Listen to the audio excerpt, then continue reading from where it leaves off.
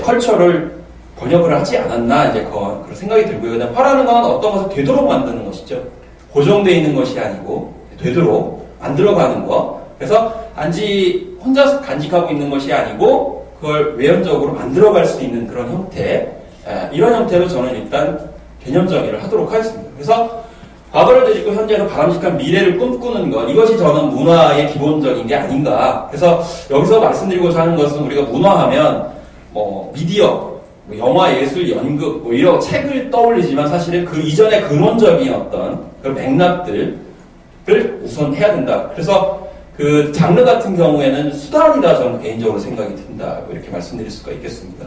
그래서 문화교육이라는 관점에서 봤을 때 루소가 이제 그런 얘기를 한 거죠. 재배에 따라서 식물을 자라게 하듯이 교육에 따라서 인간은 형성된다라고 해서 여기에서도 루소의 관점에서도 이런 컬처의 기본적인 어떤 어원들이 담겨 있다. 이렇게 요약해서 말씀을 드릴 수 있기 때문에 결과적으로는 문화, 교육, 또 미래 세대 이런 문제들은 다 같이 맞물려 있는 문제다라고 저는 개인적으로 생각이 듭니다. 그러면 이상적인 어떤 상황들을 미래 세대에 맞게 우리가 꿈꿔야 되는 것은 당연히 문화적 관점의 본질이다라고 이제 저는 생각이 들고요. 그래서 문화적 기획 같은 경우 현실 모습, 문화와 하이 컨셉, 프라이밍, 스토리텔링, 콘텐츠와 이런 과정들이 있는데요. 여기서는 이거 테크니컬하기 때문에 이런 부분들은 좀 건너뛰고요. 일단 프레임을 좀 저는 이제 컬처 프레임에 대해서 관심이 많거든요. 그래서 컬처 프레임에 관련돼가지고 본격적으로 정리는 안 했지만 인식의 전환을 시켜주는 노력들이 이런 앞에 말씀드린 이상적 가치 관점에서 좀 필요하다고 저는 생각이 듭니다. 그래서 대체적으로 노예나 가난한 사람들, 서민들은 루저냐 이런 관점을 볼 수 있지만 부자는 돈이 많아서 좋은 거냐 이렇게 생각할 수 있지만 이 프레임을 바꿔주죠. 부자가 천국에 들어가는 것은 낙타가 바늘구멍에 들어가기보다 힘들다라고 이렇게 프레임을 짜주기 때문에 결과적으로 현실적으로 부자가 좋은 거냐 라고 했을 때 이 프레임 안에서는 역전이 되는 현상이 이제 벌어지게 된다는 것이죠. 니체 같은 경우에는 약자는 늘 주인의 명령만 따르는 것이냐 이렇게 얘기했을 때 질문 하나 던져가지고 모든 인간은 태어날 때부터 평등과 자유로운 권리를 가졌다라고 해서 인권의 개념들을 탄생을 시키면서 민주주의 개념과도 연결을 시켰던 사유가 나오게 되는 것이고요. 그 다음에 돈을 벗은 것은 나쁜 것이냐라고 했을 때 사실 프랭클린 같은 경우에는 이제 엄청나게 그 돈을 버는 것에 대해서 이야기를 많이 하겠는데 이제 이것이 수용됐던 것은 제가 개인적으로 봤을 때는 논란이 있습니다만은 부는 자신의 노력에 화답한 신의 은혜다라고 하면서 이런 프레임을 또 짜줬던 그러면서 무엇이든지 열심히 일을 하게 됩니다. 그래서 미국인들 같은 경우는 아무것도 없는 상태에서 출발을 한 상황에서 자기들이 이론한 어떤 성과물 같은 경우 굉장히 의미부여를 많이 합니다. 자동차뿐만이 아니고 심지어 깡통까지 그런 연장에서 앤디 워홀이 나온 거 아니겠습니까? 심지어는 자기 작업장을 팩토리라고까지 얘기하는 이유는 바로 자신들이 생각하는 것들을 의미 부여하는 것 자체 그것이 문화화됐기 때문에 그것도 종교적으로 보게 되면 신의 소명에 따라서 부여해진 거기 때문에 열심히 일하는 그런 프레임이 형성이 됐던 그런 측면도 있고요. 또 막스의 노동분야 같은 이르는 노동의 역사다 그래서 일하는 자의 법칙도 만나고 이런 단어가 나왔는데요. 그래서 결국 일하는 사람이 세상의 주인이다 이런 프레임을 만들었는데 이건 사실 서양에 있는 것은 아니고 하루 일하지 않으면 하루 먹지 않는다라고까지 얘기를 했던 그런 프레임을 짰던 백장선사 사례도 충분히 있을 수가 있겠습니다. 그래서 결과적으로는 문화적인 어떤 기획이라는 건 결국 작품에만 한정이 되는 것이 아니고요. 정치, 경제, 사회, 문화 전반에 걸쳐가지고 우리가 바람직한 이상, 상태 이런 것들을 꿈꾸고 그런 것들을 어떻게 실천을 해나갈 것인가 그리고 그 가운데 수단을 취하는 것이 바로 영화이든 드라마이든 음악이든 아니면 웹드라마이든 웹툰일 수도 있고요. 그런 식으로 수단을 취하는 건데 보통은 그냥 문화하면 문화예술 작품하고 헛갈려서 그냥 믹스시키는 경우가 많기 때문에 우리는 그런 것을 약간 좀 구분을 해서 접근을 해야 될 필요성이 있다. 프레임 얘기는 너무 많이 이제 들어보셨기 때문에 그래서 이런 정치인들이라든지 이제 종교인들이 어떤 식으로 이제 어떤 지향점, 이상적인 점들을 부각했는가 이런 점들은 충분히 많이 사례를 들 수가 있겠고요. 특정 부분만의 부각이 아니고요. 어떤 흐름에 있어서의 어떤 총합의 합축적인 제시가 사실은 필요하고 여기에 관련된 것이 하이 컨셉이라는 건데 한번 퀴즈 맞춰보시죠. 이 안에 들어가야 될 단어가 뭘까요? 예를 들면 행복, 건강, 유기농, 무농약, 이슈가 뭐죠? 에코에 관련된, 예, 요즘 약자가 너무 많아가지고.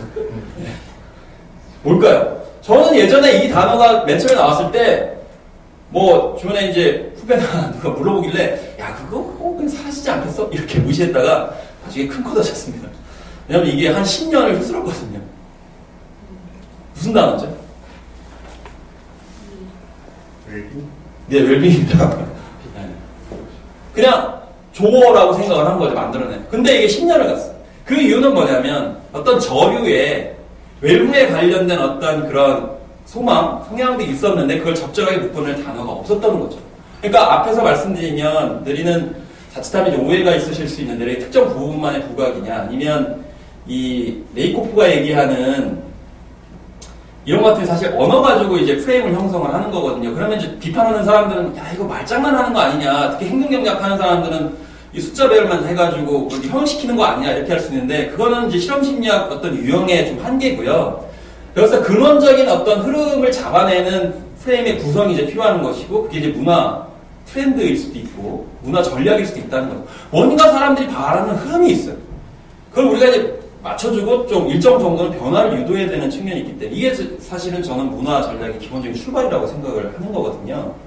네. 그래서 요약해서 말씀드리면 문화는 인간의 바람직한 상태를 꿈꾸고 실천하는 과정이다. 그렇기 때문에 종교나 사상이나 법 이런 좁은 범위, 특히 특정 문화예술 활동만을 의미하는 건 아니고 그 이전에 뭔가 시대적 흐름과 지향성을 생각하는 아이디어든지 아니면 키 컨셉 같은 것들이 분명히 있어야 된다는 것이죠. 그런 얘기고요. 그래서 뭐 전략에 관련돼서라면 이런 이제 그람시 얘기를 많이 합니다. 이건 뭐 너무 많이 이제 말려졌기 때문에 뭐 문화 헤게모니라든지 문화 진지라는 것도 결국은 이제 문화를 이제 둘러싼 헤게모니 투쟁 등을 이제 얘기를 하게 되는데 이게 정치 권력 투쟁에서 결국에는 실패하고 나서 결국에는 문화를 둘러싼 담론을 어떻게 어떤 우리의 방식대로 우리 진영으로 끌어오는 것인가가 굉장히 중요하구나. 그것이 사람들을 이끌어가는데 중요하게 작용을 하는구나. 그러면 진지전도 벌여야 되고 진지라는 게 결국 전투죠.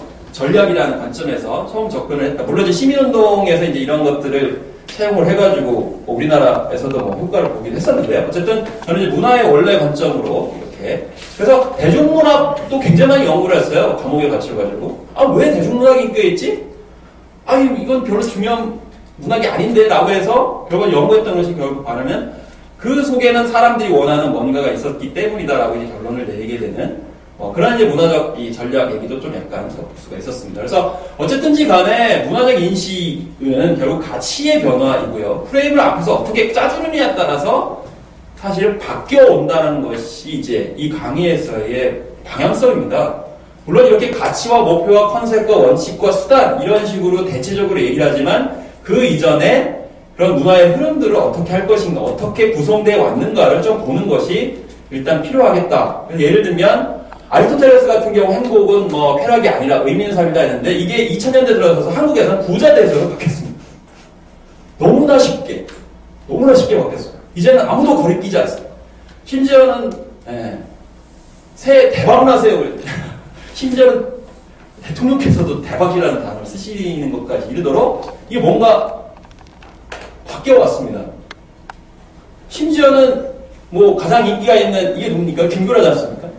그럼 예능 프로그램에 나와가지고 뭐라 하냐면 이거 이렇게 하면서 돈이 되잖아 이런 것들을 여과 없이 합니다. 만약에 90년대 중반이었다 그러면 아마 방송 제재를 받았을 거예요. 전혀 제재를 받지 않습니다. 틈만 나면 이게 되잖아 이러면서 어떤 거는 결국 뭔가 지금 사회 전체적으로 프레임이 완전히 바뀌었다는 걸 뜻하는 거거든요. 그럼 왜 이런 현상이 벌어졌는가라고 했을 때